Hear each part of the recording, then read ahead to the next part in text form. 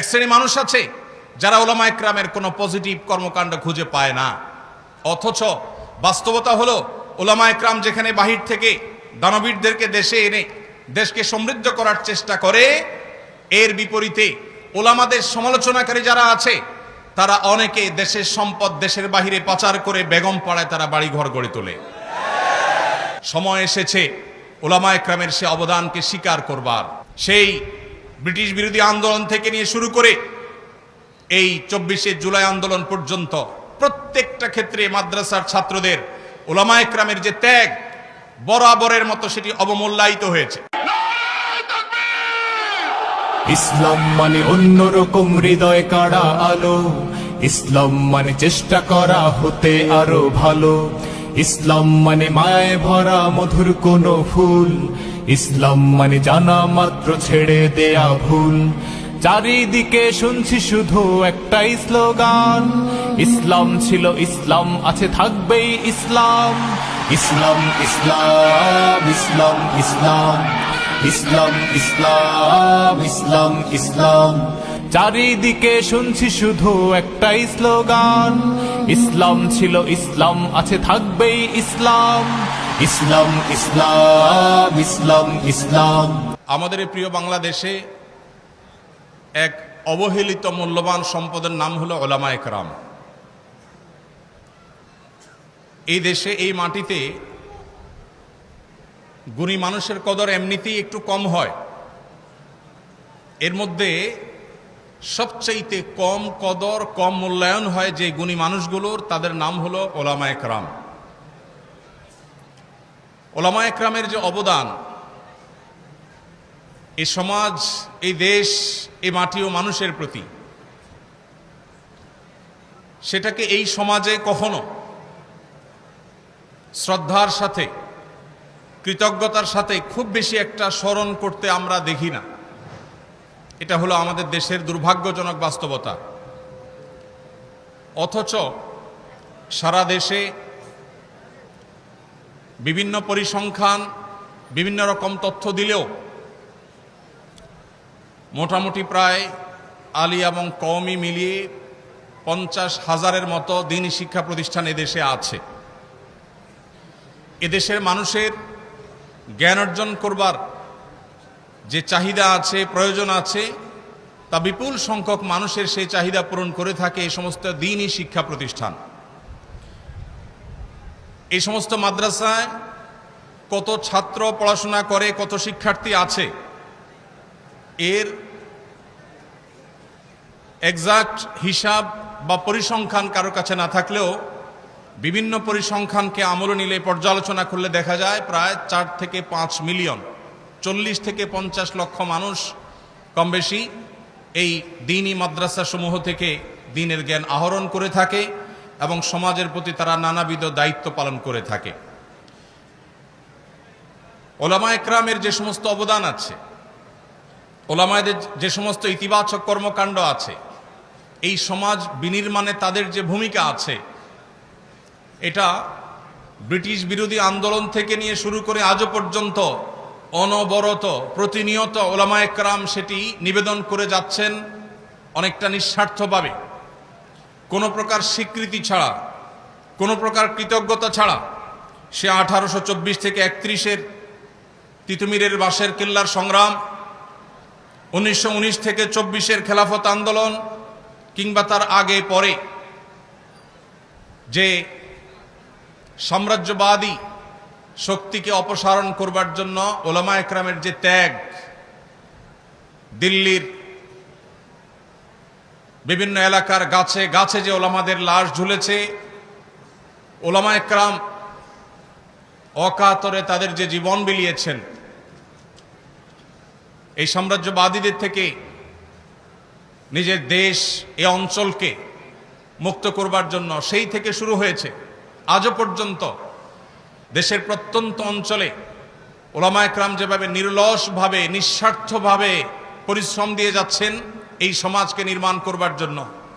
দুঃখজনক বাস্তবতা হলেও এই রাষ্ট্র কখনো উলামা ইকরামের সেই অবদানকে স্বীকার করে নাই। সময়ত উপস্থিতি, আমাদের এই সমাজে সবচেয়ে বড় অভাব, সবচেয়ে বড় খরা, সবচেয়ে বড় দুর্ভিক্ষ হলো সৎ এবং সৎ মানুষের। আমাদের অনেক পরে স্বাধীনতা অর্জনকারী পৃথিবীর বহু দেশ আমরা খুঁজে পাই, যেই দেশ আমাদের চাইতে অর্থনৈতিকভাবে, জ্ঞানে বিজ্ঞানে, তথ্য প্রযুক্তিতে, অবকাঠামোতে, গবেষণাতে, অন্য অনেক সেক্টরে তারা আমাদের চাইতে বহুগুণ এগিয়ে গেছে। যারা পৃথিবীর বিভিন্ন দেশ সফর করেন, ভ্রমণ করেন, তারা ভালো বলতে পারবেন যে আমাদের প্রিয় স্বদেশ, এদেশের মানুষের মধ্যে যে পরিমাণ পরিশ্রম করবার মানসিকতা আছে, আমাদের মিডল ইস্টে বা বিভিন্ন দেশে থাকা প্রবাসী ভাইদের যে অক্লান্ত পরিশ্রম, তাদের যে ঐকান্তিক প্রচেষ্টা, সেগুলো দেখলে দিনের আলো মতো পরিষ্কার হয় যে এদেশের মানুষ পরিশ্রম করে সচ্ছলতা এবং সমৃদ্ধি আনার জন্য চেষ্টা করতে চায়। দুর্ভাগ্যজনক বাস্তবতা, দুর্নীতি, অনিয়ম, অপশাসন এগুলো আমাদেরকে পিছিয়ে রেখেছে। কোনোভাবে আমরা এগুলোকে ওভারকাম করে সামনে এগোতে পারছি না। যার যেখানে যতটুকু ক্ষমতা আছে সে সেখানে ততটুকু অন্যায়, সে ততটুকু দুর্নীতি, সে ততটুকু তার অন্যায় শক্তির ব্যবহার সে করে।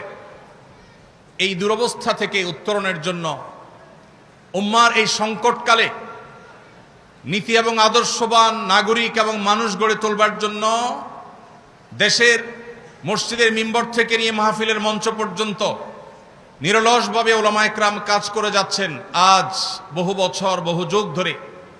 প্রতিটা মাহফিলে, জুমার প্রতিটি মিম্বরে, মিডিয়ায় উলামায়ে কেরামের প্রতিটি কথায়, বক্তব্যে, প্রতিটি লেখনীতে, প্রতিটি প্রচেষ্টায় তারা সব সময় চেষ্টা করেন কিভাবে এদেশের মানুষকে আল্লাহভীরু করা যায়, মুত্তাকি করা যায়, পরহেজগার করা যায়, তাদের আকীদাকে বিশুদ্ধ করা যায়, তারা আম্বিয়া আলাইহিস সালামের আদর্শের অনুসারী হতে পারে, তারা কিভাবে সাহাবায়ে কেরামের আদর্শের অনুসারী হতে পারে, যেই সাহাবায়ে কেরাম আহলুস সুন্নাহ ওয়াল জামাআতের কাছে সৎ সঠিকতার সবচেয়ে বড় মাপকাঠি।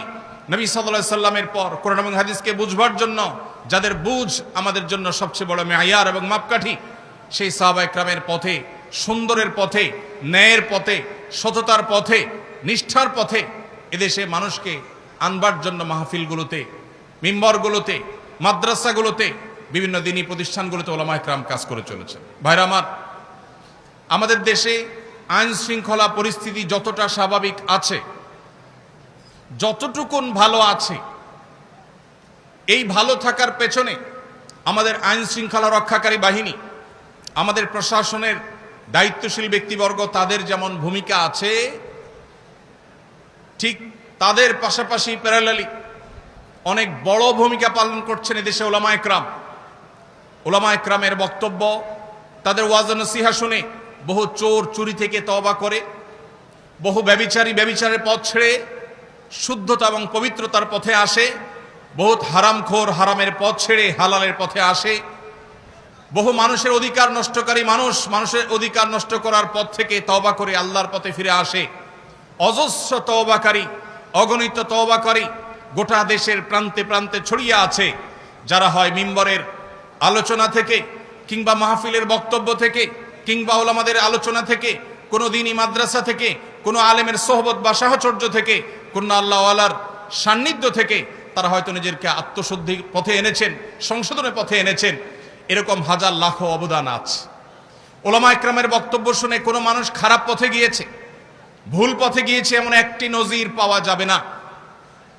সম্মানিত ভাইরা আমার, উলামায়ে কেরামের এই যে অবদান, এই অবদান যুগ যুগ ধরে এদেশে মানুষ যদি শুকরিয়া আদায় করে, তাহলে এই অবদানের প্রকৃত স্বীকৃতি এবং তার প্রকৃত কৃতজ্ঞতা আদায় করা সম্ভব হবে না। প্রিয় ভাইরা আমার, স্বার্থপরতার এই সমাজে, স্বার্থান্ধতার এই যুগে উলামায়ে কেরাম যার যার মতো অত্যন্ত নীরবে নিবৃতে দেশের বিভিন্ন প্রান্তে থেকে তারা মানুষকে হেদায়েতের আলো ছড়িয়ে বেড়ান, তারা মানুষকে সুন্দরের পথে আনেন, তারা মানুষকে শুদ্ধতার পথে আহ্বান করেন। উলামায়ে কেরামের অনেক বড় একটা অবদানের জায়গা হলো তারা সুশৃঙ্খল নাগরিক গড়বার জন্য বিশাল বড়, বিরাট বড় ভূমিকা পালন করছেন। এদেশের প্রায় 40 থেকে 50 হাজার যে মাদ্রাসা আছে, কওমি আলিয়া মিলিয়ে যে এই বিপুল সংখ্যক মাদ্রাসা আছে, এর মধ্যে 40 থেকে 50 লক্ষ শিক্ষার্থী এর বেশিরভাগই আবাসিক মাদ্রাসাগুলোতে তারা বেড়ে ওঠেন। মাদ্রাসার চৌহদ দিতে এক একটা মাদ্রাসাতে কোনো কোনো জায়গায় 1000, 1500, 2000, 2500, 3000 অথবা কম বেশি শিক্ষার্থী যে আছে, এই শিক্ষা প্রতিষ্ঠানগুলোতে সাধারণত সচরাচর পরিবেশ যতটা সুন্দর থাকে, পরিচ্ছন্ন থাকে, অন্য সাধারণ যে সমস্ত আবাসিক প্রতিষ্ঠান আছে বা আবাসিক ভবন আছে যেখানে মানুষ বসবাস করে, যেখানে বিভিন্ন বয়সী মানুষরা থাকে, আমরা যদি পরিবেশের যে কম্পেয়ার বা তুলনা সেটা যদি আমরা করি তাহলে দেখব দ্বীনি মাদ্রাসাগুলোর পরিবেশ অত্যন্ত পরিচ্ছন্ন থাকে, অত্যন্ত সুন্দর থাকে। শিক্ষার্থীরা নিজ উদ্যোগেই এটা করে থাকেন। বাংলাদেশে 5% মাদ্রাসারও সকল ওয়াশরুম, সকল অজুখানা, সকল জায়গা এবং আঙিনা এগুলো পরিচ্ছন্ন করবার জন্য আলাদা পরিচ্ছন্নতা কর্মী সেভাবে থাকে না, বরং শিক্ষার্থীরা স্বেচ্ছাসেবার মাধ্যমে, তালেবে ইলমরা ভলেন্টারি ওয়ার্কের মাধ্যমে তাদের পরিবেশকে তারা সুন্দর করে, তাদের এনভায়রনমেন্টকে তারা সুন্দর করে। ভাইরা আমার, এত শত মাদ্রাসা, এত লক্ষ লক্ষ ছাত্র, অথচ এই সমস্ত মাদ্রাসাগুলোতে আজও পর্যন্ত কোনো নিজেদের মধ্যে দাঙ্গা হাঙ্গামা লেগে অনেক মানুষ মারা গেছে, বহু মানুষ হতাহত হয়েছে, এরকম একটি ঘটনা আজও পর্যন্ত দেখা যায় না। যেখানে তরুণদের বসবাস, যাদের শরীরে টকবগে রক্ত প্রবাহমান, তাদেরকে কোরআন এবং হাদিসের মাধ্যমে, কোরআন এবং হাদিসের যে অনুপ্রেরণা, ইন্সপিরেশন আছে তার মাধ্যমে এদেশে ওলামায়ে কেরাম তাদেরকে যোগ্য, সুশৃঙ্খল নাগরিক, শান্তিকামী মানুষ হিসেবে গড়ে তুলছে। যার কারণে আমাদের থানাগুলোতে যত অপরাধমূলক মামলা হয়ে থাকে এর হয়তো 5% মামলাও এদেশে ওলামায়ে কেরাম, দিনদার মানুষদের নামে সচরাচর হয় না, কেউ দেখাতে পারবে না। এভাবে একটা সমাজকে বিনির্মাণ করবার জন্য ওলামায়ে কেরাম যেভাবে দিন রাত কাজ করে যাচ্ছে, সেই তুলনায় এই রাষ্ট্র কখনো আলেমদের সেই অবদানের স্বীকৃতি দেয় নাই। প্রিয় ভাইরা আমার, আমাদের মাদ্রাসার তালেব ইলমদের সমালোচনার অনেক জায়গা থাকতে পারে, কিন্তু মাদ্রাসার তালেব ইলমরা যতটা শান্তিপ্রিয় হয়, তারা যতটা সুশৃঙ্খল হয়, সেটা মাদ্রাসার আভ্যন্তরীণ যে পরিবেশ আছে, লক্ষ লক্ষ শিক্ষার্থীরা হাজার হাজার মাদ্রাসায় তারা যে শান্তিপূর্ণভাবে বসবাস করে, এখনো পর্যন্ত, ভবিষ্যতে কি হবে আল্লাহ ভালো জানে, এখনো পর্যন্ত যে শান্তিপূর্ণ পরিবেশ এখানে বিরাজমান, অন্য সাধারণ শিক্ষা ব্যবস্থা সেটা কল্পনাও করা যায় না। সম্মানিত ভাইরা, কয়েক লক্ষ ইয়েতিম মাদ্রাসাগুলোতে তারা লালিত পালিত হয়ে থাকে। এই যে কয়েক লক্ষ, কোন কোন হিসাব অনুযায়ী 2, কোন কোন হিসাব অনুযায়ী 3 লক্ষ ইয়েতিম সারা দেশে বিভিন্ন মাদ্রাসাগুলোতে তারা আশ্রয় নেয়, তারা সেখানে বেড়ে ওঠে। যেখানে আমাদের দেশে পিতৃপরিচয়হীন কিংবা মা বাবা মারা গেছেন, অসহায় হয়ে গেছে, এই ধরনের অনেক ছোট ছোট সন্তানরা তারা হয়তো পথ শিশু হিসাবে বেড়ে ওঠে। তারা পর্যাপ্ত শিশু হিসাবে তাদের যে অধিকার আছে সে অধিকারটুকু তারা পায় না। শিক্ষা তো দূরের কথা, নিয়মতান্ত্রিকভাবে একটু খাবার, একটু ভালো বাসস্থানের ব্যবস্থা তাদের হয় না।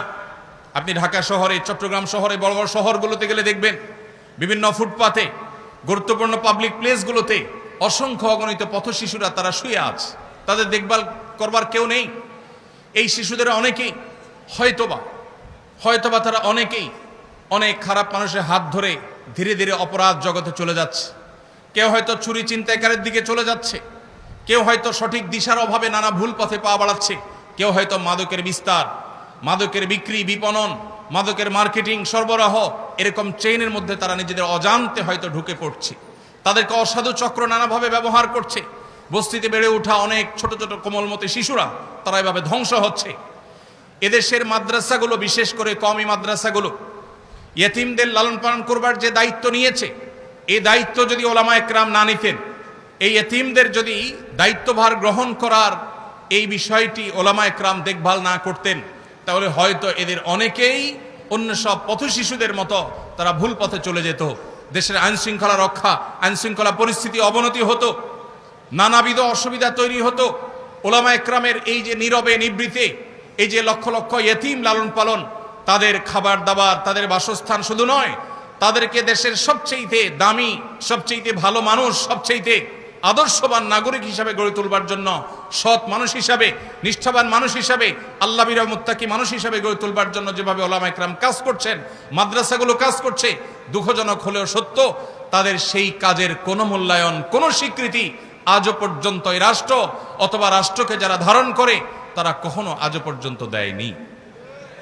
সময়ত ভাইরা, ওলামা ইকরাম সামাজিক কুসংস্কারের বিরুদ্ধে যে সংগ্রাম চালাচ্ছে, ধর্মের নামে অধর্ম কিংবা মানুষকে ভুল ভ্রান্ত আকীদা বিশ্বাস থেকে ফিরিয়ে এনে ইসলামের শুদ্ধ সঠিক চিন্তাধারার উপরে, সহিহ এবং বিশুদ্ধ আকীদার উপরে উঠাবার জন্য ওলামা ইকরাম যে পরিশ্রম করছেন, এর জন্য সাধারণ মানুষ কোনো চাঁদা তাদের দেয় না। তারা আল্লাহর খাতিরে নবীদের যে চেতনা ছিল, ইন আজরিয়া ইল্লা আলাল্লাহ, সেই চেতনায় উজ্জীবিত হয়ে তারা নিরলসভাবে এদেশের মানুষকে কুসংস্কার থেকে মুক্ত করবার জন্য কাজ করে যাচ্ছেন। বহু কুসংস্কার আছে, সামাজিক কুসংস্কার, যেই কুসংস্কারগুলো এই সমাজ থেকে ঝেঁটিয়ে বিদায় করেছেন মূলত ওলামা ইকরাম।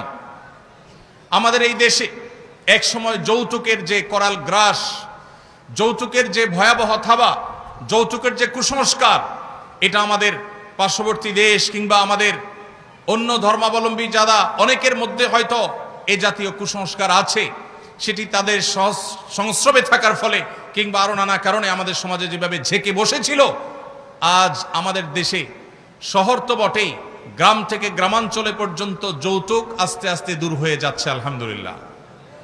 এই যে যৌতুককে জাদুঘরে পাঠানোর যে ভূমিকা, সবচেয়ে বড় ভূমিকা পালন করেছে ওলামা ইকরাম।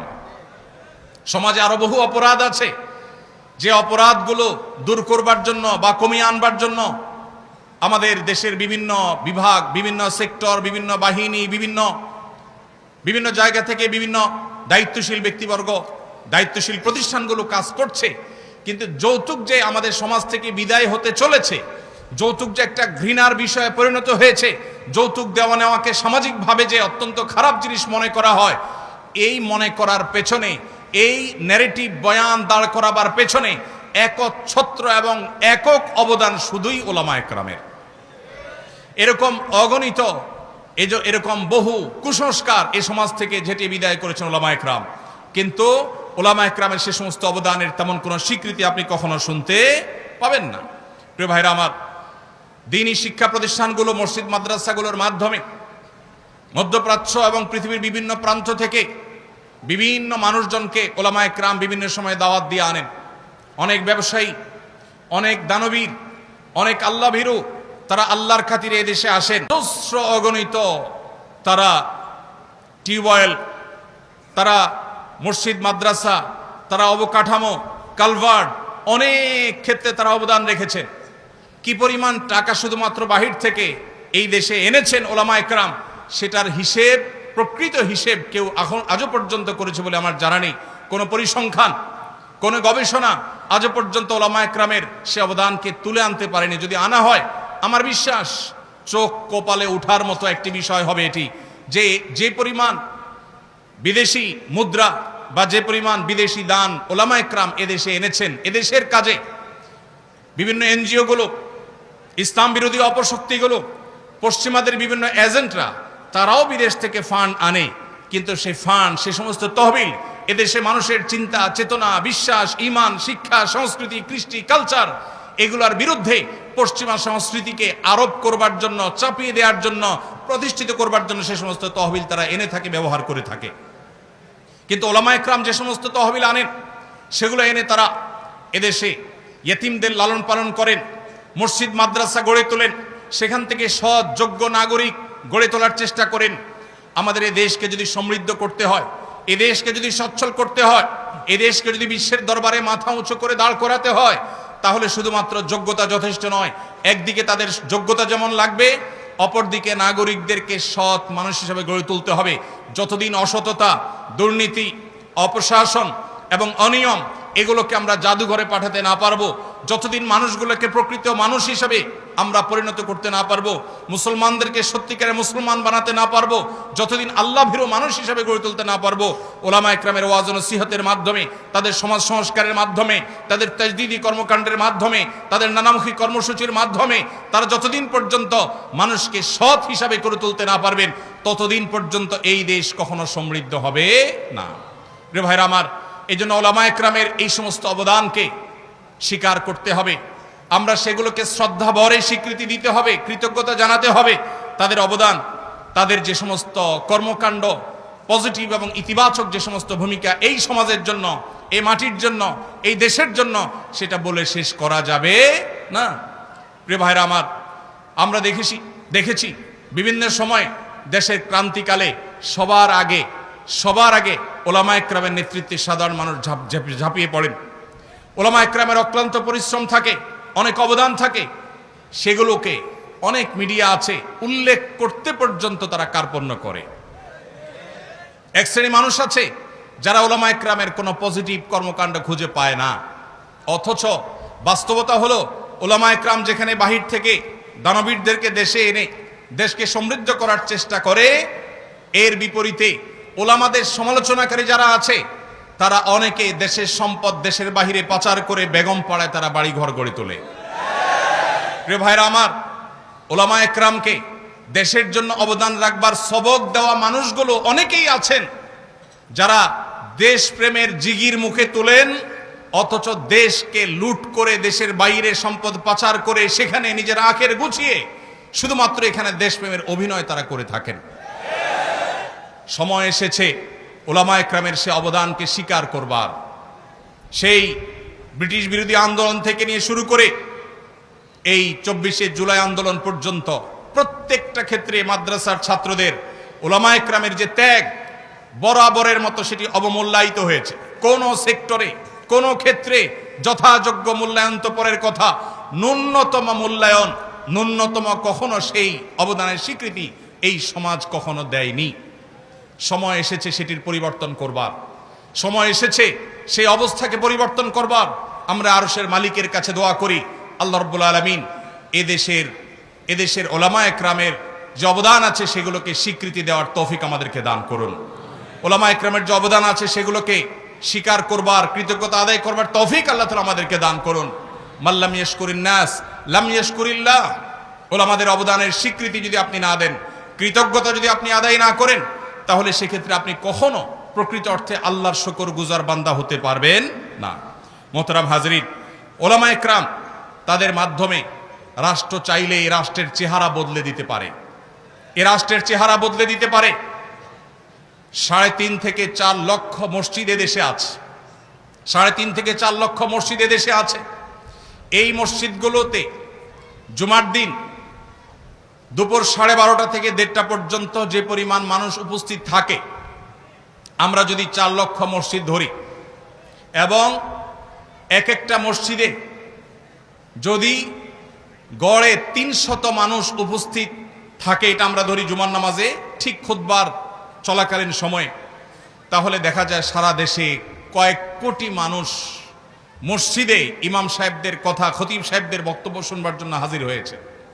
স্বপ্রণোদিতভাবে সমস্ত মিডিয়া একযোগে পিক টাইমে যে পরিমাণ দর্শক পায়, সেই দর্শকের সংখ্যার চাইতে বহুগুণ বেশি হবে এই সংখ্যা, যেটা ওলামা একরামের কথা শুনবার জন্য মানুষ সপ্তাহের সবচাইতে সেরা টাইমটা, সবচাইতে ফ্রেশ টাইমটা জুমার দিনে ভালো করে একটা ঘুম দিয়ে ফ্রেশ মোডে সবচেয়ে ভালোভাবে একটা গোসল দিয়ে উত্তম পোশাক পরিধান করে সুগন্ধি মাখিয়ে সবচাইতে ফ্রেশ মোডে ওলামা একরামের সামনে এসে বসে থাকে মানুষ কথা শুনবার জন্য। ভাইরা আমার, এই মসজিদগুলো, এগুলোকে যদি রাষ্ট্র ওন করত, এগুলোকে রাষ্ট্র যদি নিজের বলে গ্রহণ করত এবং পৃষ্ঠপোষকতা দিত, সঠিক ব্যবহার করবার চেষ্টা করত, তাহলে এই জাতিকে সঠিক মেসেজ দেওয়ার জন্য, যথাযথ বার্তা পৌঁছাবার জন্য, সংশোধন করবার জন্য, বহুবিধ সামাজিক কার্যক্রম পরিচালনা করবার জন্য এই মসজিদগুলো সবচাইতে বড় ভূমিকা রাখতে পারত।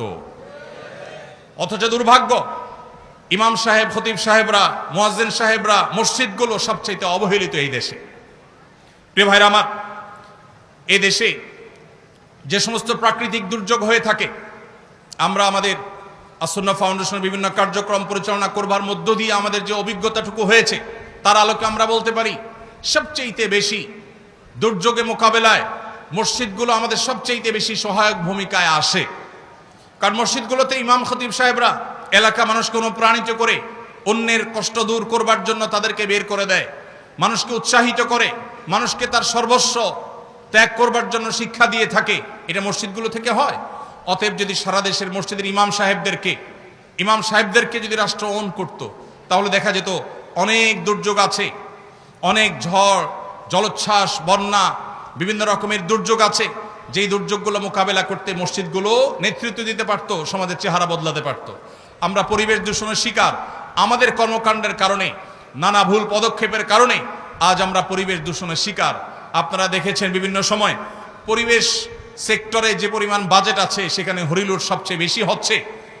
অথচ শুধুমাত্র মসজিদের ইমাম খতিবদেরকে যদি রাষ্ট্র যদি তাদেরকে পরিবেশ সুরক্ষা করবার জন্য যথাযথভাবে তাদেরকে যদি ব্যবহার করত, তাহলে দেখা যেত পরিবেশ সুরক্ষার ক্ষেত্রে ওলামা একরাম সবচেয়ে বেশি অবদান রাখতে পেরেছেন। ভাইরা আমার, এইভাবে মসজিদ মাদ্রাসাগুলোকে, ওলামা একরামকে যদি রাষ্ট্র অন করত, তাহলে সেক্ষেত্রে দিন শেষে রাষ্ট্র বেনিফিটেড হতো, উপকৃত হতো, কিন্তু সেটা হয়নি। সময় এসেছে সেটিকে পরিবর্তন করবার, সেটি আমাদের করতে হবে ইনশাআল্লাহ। আল্লাহ আমাদের সবাইকে সেই তৌফিক দান করুন। ওলামা একরামের মাধ্যমে আমাদের ভঙ্গুর যে পরিবার ব্যবস্থা আছে সেটাকে আবারও শক্ত ভিতের উপর দাঁড় করানো সম্ভব।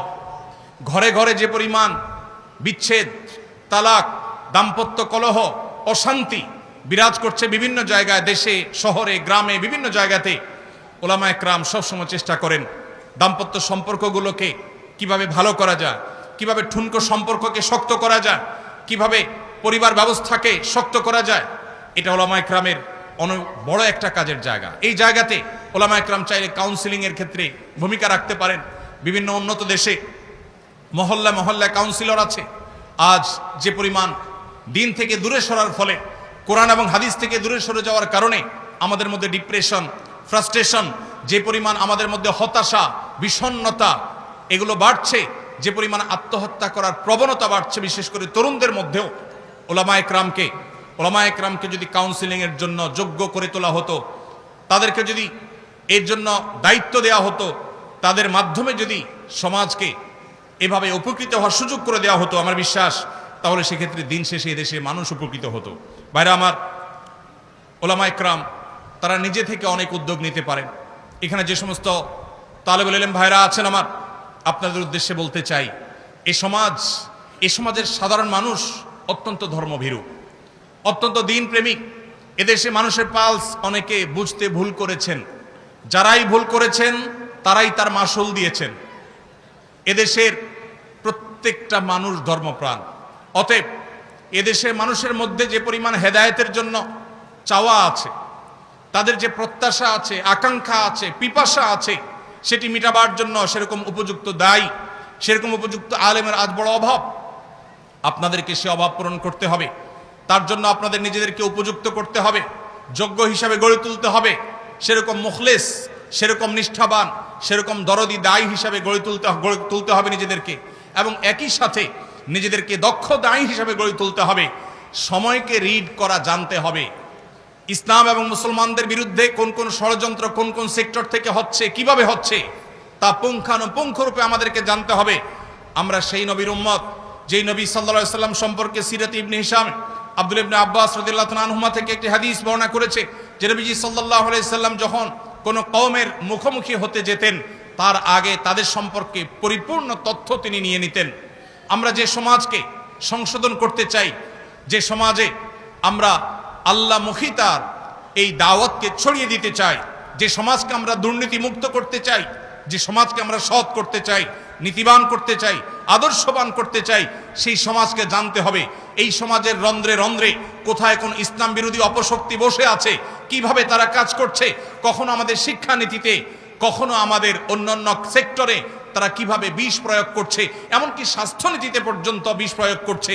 আমাদের তরুণদেরকে, আমাদের কিশোরদেরকে, আমাদের শিশুদেরকে, আমাদের মা বোনদেরকে, আমাদের মহিলাদেরকে, বিভিন্ন সেক্টরের মানুষদেরকে কিভাবে তারা টার্গেট করছে, কিভাবে লক্ষ্যবস্তুতে পরিণত করছে, কিভাবে এদেশে বিবাহ বহির্ভূত হারাম সম্পর্ককে নরমালাইজ করার জন্য কাজ করেছে এবং অনেকখানি তারা সফল হয়ে গেছে, কিভাবে সমকামিতাকে তারা নরমালাইজ করবার জন্য এখন কাজ করছে, নানান শব্দের মার পেছে, নানান স্লোগানের মার পেছে, নানা পরিভাষার মার পেছে, তারা কিভাবে সেটাকে সমাজের রন্ধ্রে রন্ধ্রে প্রবেশ করিয়ে দিচ্ছে। এই সম্পর্কে আমাদেরকে সজাগ হতে হবে, সচেতন হতে হবে। পশ্চিমা সভ্যতার চোখে চোখ রেখে কথা বলবার জন্য পশ্চিমা সভ্যতাকে মন্থন করতে হবে, অধ্যয়ন করতে হবে, পড়তে হবে, প্রত্যেকটি বাদ মতবাদ সম্পর্কে আপনাকে জানতে হবে, সময় সচেতন হতে হবে। প্রয়োজন আপনাকে ইংরেজি ভাষা শিখতে হবে, বাংলা ভাষা আপনাকে শুদ্ধ উচ্চারণ, প্রমিত উচ্চারণ করা শিখতে হবে। আপনাকে কোরআন এবং হাদিসের নলেজের পাশাপাশি জাগতিক নলেজ পর্যাপ্ত পরিমাণ অর্জন করতে হবে। তাহলে ইনশাআল্লাহ আপনি জাতির নেতৃত্বের আসনে আসতে পারবেন, এই জাতির সংশোধনের কাজে আপনি ভূমিকা রাখতে পারবেন। আমি আবারও বলছি, চেয়ে আছে গোটা দেশের মানুষ। আজ কলেজ বিশ্ববিদ্যালয়গুলোর দিকে তাকালে দেখা যায় তরুণদের মধ্যে কিভাবে ইসলামের প্রতি জাগরণ ঘটেছে। জুলাই আন্দোলনে আমরা লক্ষ্য করেছি কিভাবে স্কুল কলেজ পড়ুয়া আমার তরুণ বন্ধুরা তারা মাঠে ময়দানে, তারা রাস্তায় দাঁড়িয়ে জামাতের সাথে সালাত আদায় করেছেন, তারা কিভাবে আল্লাহু আকবার ধ্বনি উচ্চারণ করেছেন, কিভাবে তারা তাদের ধার্মিকতা, তাদের দিনদারিতা, তাদের ঈমানকে প্রকাশ করেছেন, তাদের কর্মকাণ্ডের মধ্য দিয়ে সেটি প্রকাশ করেছে, সেটি ফুটে উঠেছে। আজ এই জাতির বিপুল অংশ, বিশেষ করে উদীয়মান তরুণদের বড় অংশ, তারা ইসলামের ছায়াতলে এসেছে বা আসার জন্য অপেক্ষমান আছে। আর যারা এখনো আসেনি, তারা পশ্চিমা সভ্যতার যে অপশক্তি আছে সেটার ছোবলে থাবায় তারা আজ ধুকে ধুকে মরছে। পারিবারিকভাবে তারা অনেকে অশান্তিতে মরছেন, অনেকে দাম্পত্য কলহে ভুগছেন, অনেকে বিভিন্ন রকমের মানসিক যন্ত্রণায় ভুগছেন, ডিপ্রেশনে, ফ্রাস্ট্রেশনে ভুগছেন, হতাশায় ভুগছেন, আত্মহত্যার পথে পা বাড়াচ্ছেন, ভুল পথে চলে যাচ্ছেন।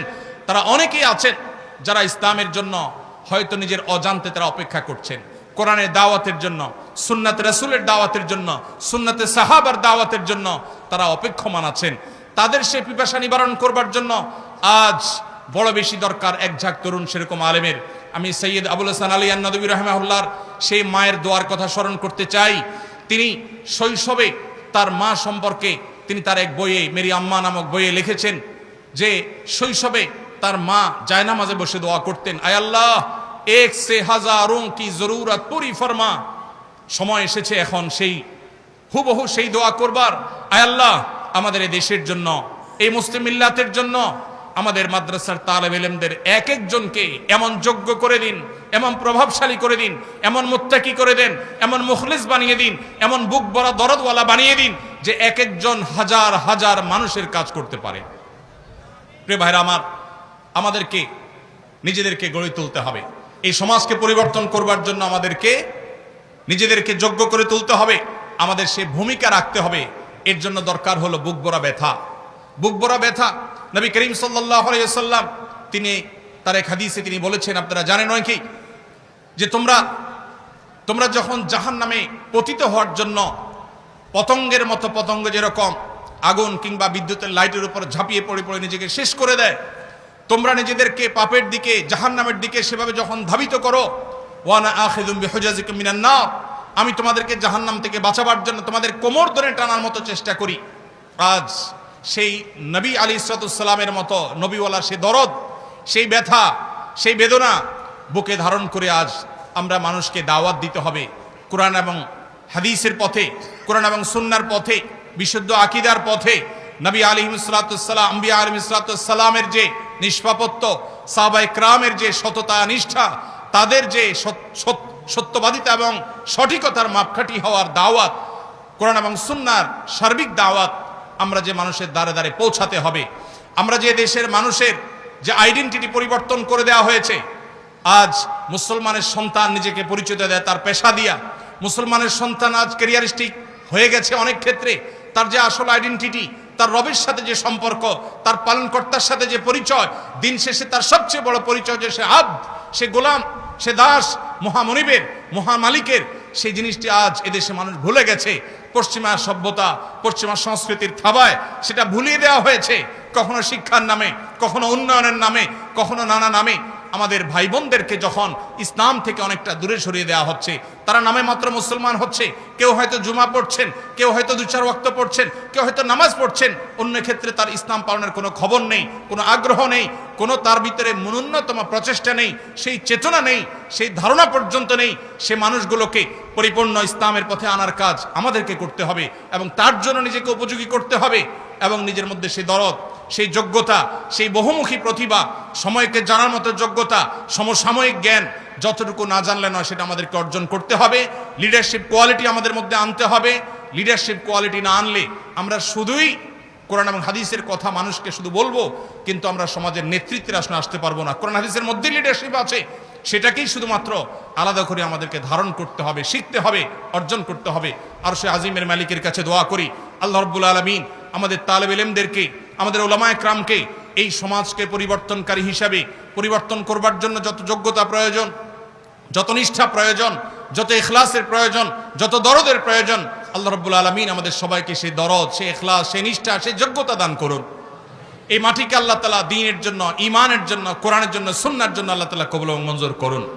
বাবুনগর মাদ্রাসা এটা বাংলাদেশের অন্য সাধারণ 10টি মাদ্রাসার মতো একটি মাদ্রাসা নয়। এটা বিশাল বড় এক বিপ্লবের সূতিকাগার। এখান থেকে বহু বিপ্লবের সূচনা, এখান থেকে জাতির ঈমান আমলের প্রহরা যেভাবে হয়ে থাকে সেটা খুবই বিরল একটি ব্যাপার। আল্লাহ রাব্বুল আলামিনের কাছে দোয়া করি আল্লাহ রাব্বুল আলামিন আমাদেরকে সেই চেতনা, সেই ঈমানি দায়িত্ব আমাদেরকে আমরণ পালন করবার তৌফিক দান করুন। দ্বীনি প্রতিষ্ঠানগুলো, উলামায়ে কেরামের যে অবদান, সেটাকে এই সমাজ, এই জাতিকে আল্লাহ তাআলা পরিপূর্ণভাবে স্বীকৃতি দেওয়ার, কৃতজ্ঞতা আদায় করার, উলামায়ে কেরাম তাদের সবটুকুন দেওয়ার সুযোগ যেন লাভ করেন, সেই তৌফিক আমাদের সবাইকে আল্লাহ তাআলা দান করুন। আল্লাহ রাব্বুল আলামিন গোটা দুনিয়ার মাজলুম যে মানবতা আছে, মুসলিম মা বোনরা, আমাদের ভাই বোনেরা, আমাদের যে যে প্রান্তে আজ মাজলুম আছে, আরশে আজিমের মালিকের কাছে ফরিয়াদ করি আল্লাহ রাব্বুল আলামিন তাদের সবাইকে আল্লাহ রাব্বুল আলামিন তার গায়বী নুসরত দান করুন, যেভাবে আসহাবে বদরকে আল্লাহ তাআলা করেছেন। আল্লাহ রাব্বুল আলামিনের কাছে কায়মনা বাক্যে দোয়া করি আল্লাহ তাআলা এই মাহফিলকে, এই জলসাকে কবুল এবং মঞ্জুর করুন। আমাদেরকে কোরআন এবং সুন্নাহর অনুসারী হওয়ার তৌফিক দান করুন। আল্লাহ রাসূল সাল্লাল্লাহু আলাইহি ওয়াসাল্লাম, সাহাবায়ে কেরামের অনুসারী হওয়ার তৌফিক দান করুন। আমাদের সবাইকে ইত্তেবায়ে সুন্নাহ, সুন্নতে রাসূল এবং সুন্নতে সাহাবার পরিপূর্ণ ইত্তেবা এবং অনুকরণ করার তৌফিক দান করুন। আমি আবারও শুকরিয়া জানাচ্ছি আমাদের সম্মানিত মুরব্বিয়ানে আযমের প্রতি, যারা আমাকে কিছু কথা বলবার সুযোগ করে দিয়েছেন, যাদের বদান্যতার কারণে, তাদের হোসনে জনার কারণে আমি হয়তো কিছু কথা বলবার সুযোগ পেয়েছি। ইন আসাবতু ফামিনাল্লাহ, যদি আমি সঠিক কিছু বলে থাকি সেটি আল্লাহর তরফ থেকে, ওয়া ইন আখতাতু ফামিন্নী ওয়া মিনাশ শাইতান, যদি ভুল কিছু করে থাকি, বলে থাকি, সেটি শয়তান বা আমার তরফ থেকে।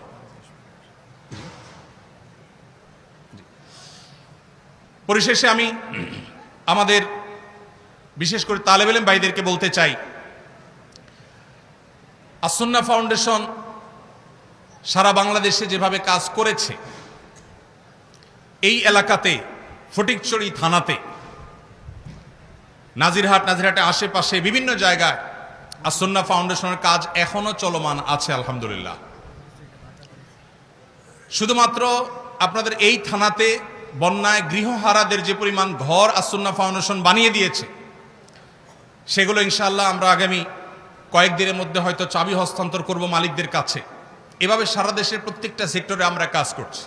আমার তালেব ইলম ভাইদেরকে আমি বলতে চাই, এই দেশে আমাদের মা বোনরা কেউ যদি জুলুমের শিকার হন, তাদেরকে মুক্ত করবার দায়িত্ব কি আমাদের না বামদের? কিন্তু আমরা সেই দায়িত্ব কতটা পালন করি? এদেশের শিশুরা যদি নিগৃহীত হয়, শিশুদের অধিকার যদি নষ্ট হয়, তাহলে সেক্ষেত্রে সেই অধিকার আদায় করবার দায়িত্ব কি আমাদের নাকি বামদের? কিন্তু আমাদের শিশু অধিকার প্রতিষ্ঠার সংগঠন কয়টা আছে? এদেশে মানুষের দুর্যোগে, দুর্বিপাকে সবার আগে ঝাঁপিয়ে পড়ে সবচেয়ে বেশি ভূমিকা রাখার দায়িত্ব, কর্তব্য আমাদের।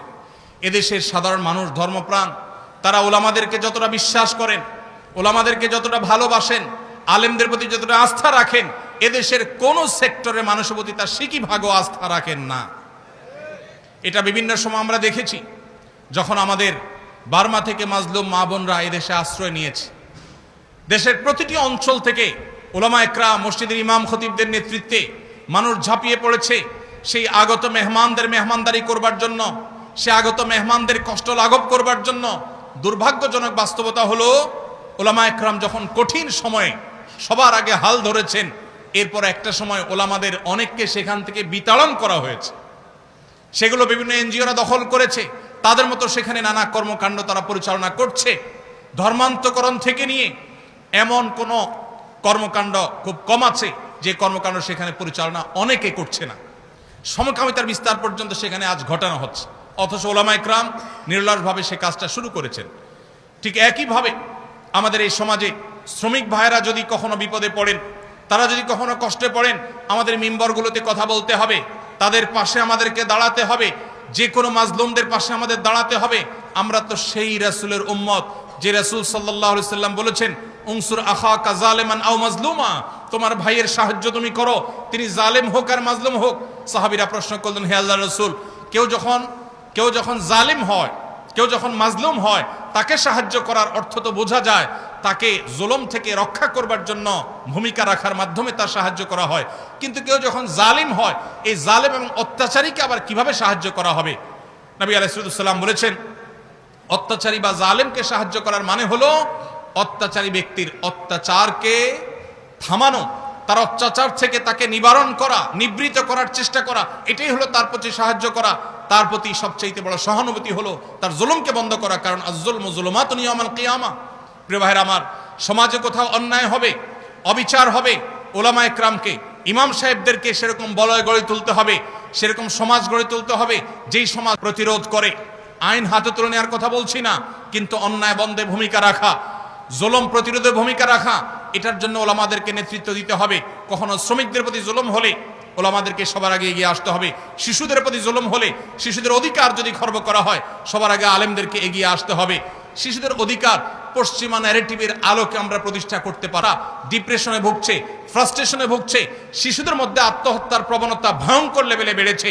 এর অন্যতম বড় একটা কারণ হলো আল্লাহর দেওয়া সিস্টেমের বাইরে গিয়ে উন্নতির নামে সেখানে আজ নারী পুরুষদের মধ্যে আল্লাহর সৃষ্টিগত যে ভেদাভেদ আল্লাহ রেখেছেন, সেই ভেদাভেদটুকু দূর করে দেওয়ার চেষ্টা করা হচ্ছে। পরিবার ব্যবস্থাপনাকে ভেঙে ফেলা হচ্ছে, নানাভাবে চক্রান্ত করে শিশুদেরকে মাতৃস্নেহ থেকে দূরে রাখা হচ্ছে। অতএব একটি শিশু মায়ের কোলে বেড়ে ওঠা তার জন্য যতটা আনন্দদায়ক, যতটা উপভোগ্য, কোনো অবস্থাতেই অন্য কোনো কেয়ারটেকার, অন্য কোনো মানুষের কাছে বেড়ে ওঠা তার জন্য উপযোগী নয়। তো শিশুদের অধিকার নিয়ে আমাদেরকে কথা বলতে হবে, শ্রমিকদের অধিকার নিয়ে আমাদের কথা বলতে হবে, অন্যায়ের বিরুদ্ধে, জুলুমের বিরুদ্ধে, জালেমের বিরুদ্ধে আমাদেরকে কথা বলতে হবে। বিদেশি অপশক্তিগুলোর যে সমস্ত ষড়যন্ত্র আছে, এগুলোর বিরুদ্ধে আমাদেরকে ভূমিকা রাখতে হবে, শুধু কথা বললেই চলবে না। আমাদেরকে কাজ করতে হবে, সমাজ বিনির্মাণে কাজ করতে হবে, সমাজ সেবা কাজ করতে হবে। একজন আদর্শ মসজিদের ইমাম যদি চান তার মসজিদের এলাকা, তার মসজিদের চৌহদ্দির মধ্যে তিনি অগণিত সেবামূলক কাজ করতে পারেন, সামাজিক কাজ করতে পারেন, সমাজের চেহারা বদলে দিতে পারেন। মসজিদের ধনীদের লিস্ট যেরকম আছে, তালিকা যেরকম আছে, গরিবদের তালিকা রাখতে পারেন। গরিবদের অভাব মোচনের জন্য গরিবদের সাথে, ধনীদের সাথে গরিবদেরকে ভাগ বন্টন করে দিতে পারেন, যাতে করে গরিবরা ধনীদের থেকে উপকৃত হতে পারে। আশেপাশের যে সমস্ত পরিবেশ বিপর্যয়ের শিকার হচ্ছে, সেই পরিবেশগুলোকে উন্নত করতে পারেন। পরিবেশকে ভালো করবার জন্য ওলামায়ে কেরাম তরুণদেরকে নেতৃত্ব দিয়ে অনেক কিছু করতে পারেন। আমরা বহু আলেমদেরকে দেখেছি দেশে, আলহামদুলিল্লাহ, অনেক ওলামায়ে কেরাম তারা বিভিন্ন ক্ষেত্রে, বিভিন্ন জায়গায়, মসজিদে শুধুমাত্র মিম্বর থেকে নেতৃত্ব দিয়ে যুবক এবং তরুণদেরকে নিয়ে এলাকার চেহারা তারা পরিবর্তন করেছেন। আমরা আজ সে কাজ করবার সময় এসেছে, সে কাজ আমাদেরকে করতে হবে। আমরা দোয়া করি আল্লাহ রাব্বুল আলামিন আমাদেরকে সেরকম বহুমুখী যোগ্যতা অর্জন করবার তৌফিক দান করুন। আপনারা যারা তরুণরা আছেন, বিশেষ করে তালেবুল ইলমরা আছেন, যারা অনেকে হয়তো একটি সুপ্ত প্রশ্ন আপনাদের মনে আছে, কিভাবে আমরা আস-সুন্নাহ ফাউন্ডেশনের মতো দাতব্য প্রতিষ্ঠান গড়ে তুলতে পারি। আমি আপনাদেরকে বলতে চাই, এ ধরনের প্রতিষ্ঠান করবার জন্য আমরা মনে করি সবচেয়ে বেশি প্রয়োজন টাকার, অথচ এটা হলো আমাদের সবচেয়ে বড় ভুল। আমাদের সবচেয়ে বেশি প্রয়োজন হলো ঐকান্তিক প্রচেষ্টার এবং সিরিয়াসনেসের। আমরা যদি সেটা যথাযথভাবে করতে পারি, ইখলাস এবং নিষ্ঠার সাথে, যেই কাজ করতে টাকা লাগবে না সেই সেবার কাজটা আপনি শুরু করে দেন। এলাকায় একটা রাস্তা ভাঙা আছে, কয়েকজন যুবককে নিয়ে আপনি সেই রাস্তাটা মেরামত করার কাজে লেগে যান। এলাকার কোথাও ময়লা পড়ে আছে, সেই ময়লা যথাস্থানে নিয়ে ফেলে মাটিতে পুঁতে কিংবা আগুনে পুড়িয়ে এলাকাটাকে আপনি পরিবেশকে দূষণমুক্ত করেন, এটার জন্য আপনার টাকার প্রয়োজন হবে না। বহু মানুষ হয়তো কষ্টে আছে, একটু শারীরিক পরিশ্রম দিয়ে তার কষ্ট আপনি দূর করতে পারেন, এটার জন্য টাকার প্রয়োজন হবে না। অনেক তরুণরা আছে আসুন্নাহ ফাউন্ডেশনের বিভিন্ন প্রজেক্ট থেকে তাদেরকে সুবিধা পাওয়ার জন্য অনলাইনে ফর্ম পূরণ করে দেন, ফাউন্ডেশনের সাথে কানেক্টেড করে দেন, এর মাধ্যমে আপনি সেবামূলক কাজ করতে পারেন। এরকম আরও বহু প্রতিষ্ঠান আছে, সেগুলোর মাধ্যমে আপনি করতে পারেন। অতএব আমি আমার তরুণ বন্ধুদেরকে, বিশেষ করে তালিবে ইলমদেরকে বলতে চাই, সমাজ সেবামূলক কাজ অথবা যে কোনো কাজ করবার জন্য টাকা এটা কখনো ফ্যাক্টর নয়। আজ আসুন্নাহ ফাউন্ডেশন হয়তো অনেক ব্যাপকভাবে কাজ করছে, একটা সময় আমরা তেমন কোনো টাকা পয়সা ছাড়া মাসে মাত্র 8,000 টাকা খরচ করে আমরা আমাদের কর্মকাণ্ড পরিচালনা করেছি। তারও আগে কোনো টাকা পয়সা ছাড়াই আমরা দীর্ঘদিন পর্যন্ত কাজ করেছি। অতএব দরকার ঐকান্তিক প্রচেষ্টা, দরকার আলেম হিসাবে নবী রাসূলদের মতো সমাজকে সার্বিক নেতৃত্ব দেওয়ার যোগ্যতা, দরকার সে দরদ, দরকার সে বহুমুখিতা, প্রতিভা এবং ইখলাস। আল্লাহ রাব্বুল আলামিন আমাদেরকে এই সমাজের মানুষের দ্বীনি চাহিদা, দ্বীনি আকাঙ্ক্ষা, দ্বীনি পিপাসা মেটাবার জন্য উপযুক্ততা, সেরকম যোগ্যতা, সেরকম কোয়ালিটি এবং ক্যাপাবিলিটি আল্লাহ রাব্বুল আলামিন আমাদের সবাইকে অর্জন করার তৌফিক দান করুন। জাযাকুমুল্লাহু খাইরা ওয়া আখিরু দাওয়ানা আলহামদুলিল্লাহি রাব্বিল আলামিন।